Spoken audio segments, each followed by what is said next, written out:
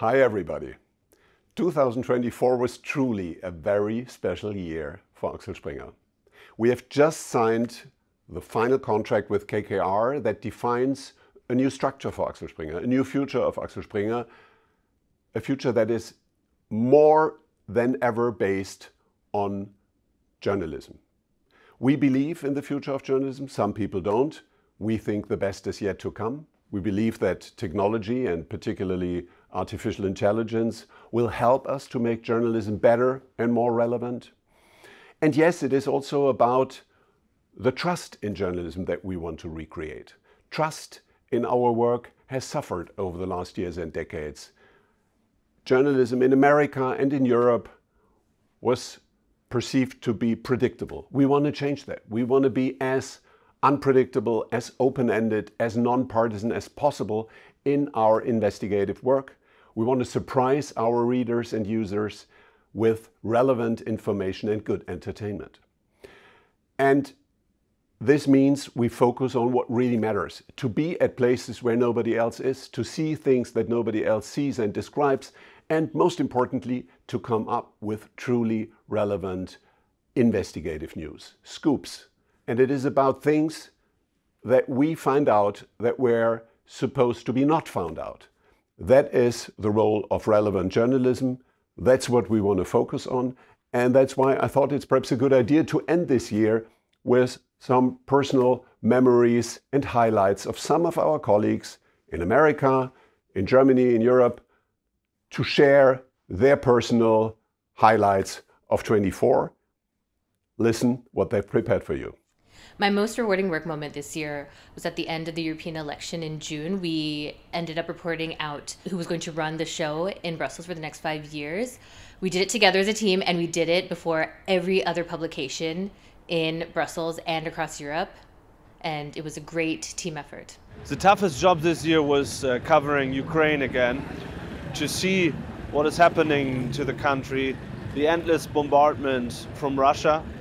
But I mean, what's tough compared to local journalists who are there the whole year, every day, or civilians and soldiers being there the whole year?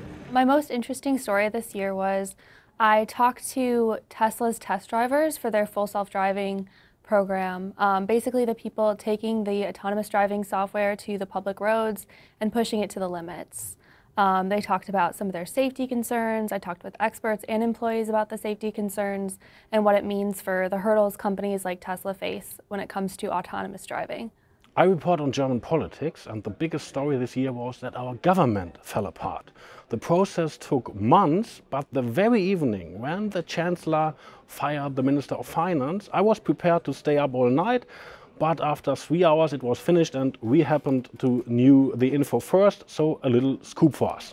My happiest moment this year was probably when I was on the flight back from Washington, D.C., where I was in the U.S. office for 2 weeks covering the presidential race. And on that flight back, I remember being so exhausted, so tired, but also so happy and just thinking, God, I love this job. The first ever criminal prosecution of a U.S. president in this country.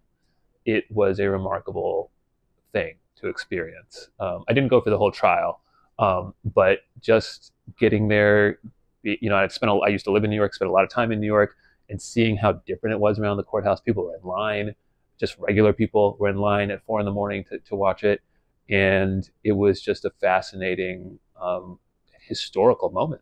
The most moving story for me this year, the gold medal race of Lucas Mertens during the Paris 24 Olympic Games. 4 months before that race, I saw him swimming during the German championships and he nearly broke the world record. And I came back to my colleagues and I said, okay, we will win gold during the first day of the Olympic Games and he's going to get that gold for us.